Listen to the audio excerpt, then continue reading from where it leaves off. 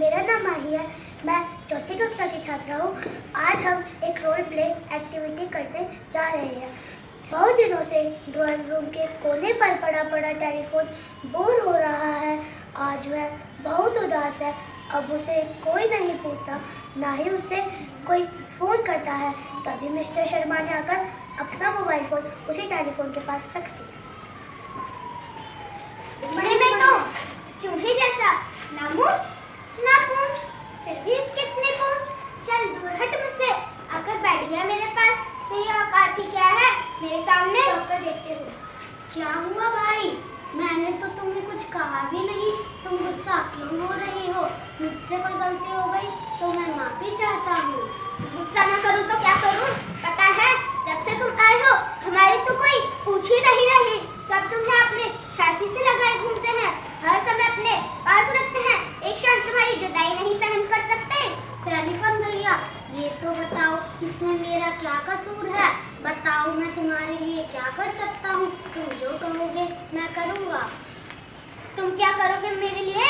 अब तो तुम्हारे नए नए रूप बाजार में आ रहे हैं। चारों ओर तुम्हारी ही तो धूम मची हुई है। देखते ही रहे हो मेरा हाल। मेरे सुंदर से मुखड़े पर धूल जमी पड़ी है। अब तो मुझे कोई साफ भी नहीं करता है। भाई नाराज मत हो, तुम तो मेरे बड़े भाई हो। एक ना एक दिन तुम्हें बूढ़ा होना ही था। इसमें गुस्सा होने की क्या बात है? एक ना एक दिन तो यह होना ही था।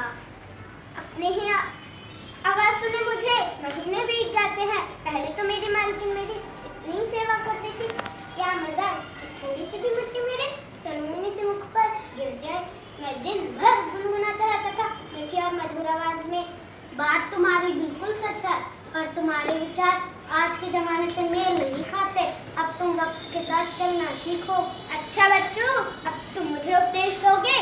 कोई बात नहीं, याद रखना, इस समय सदा एक सहा नहीं रहता।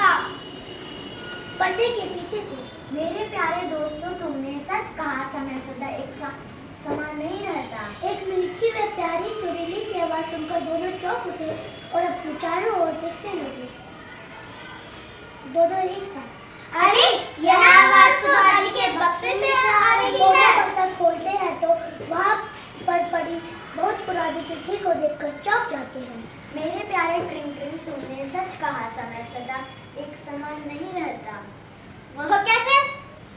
हाय, क्या दिन थे जब मेरे अंदर गुलाब की पत्तियां रखकर अपने प्रियजन को भेजते थे।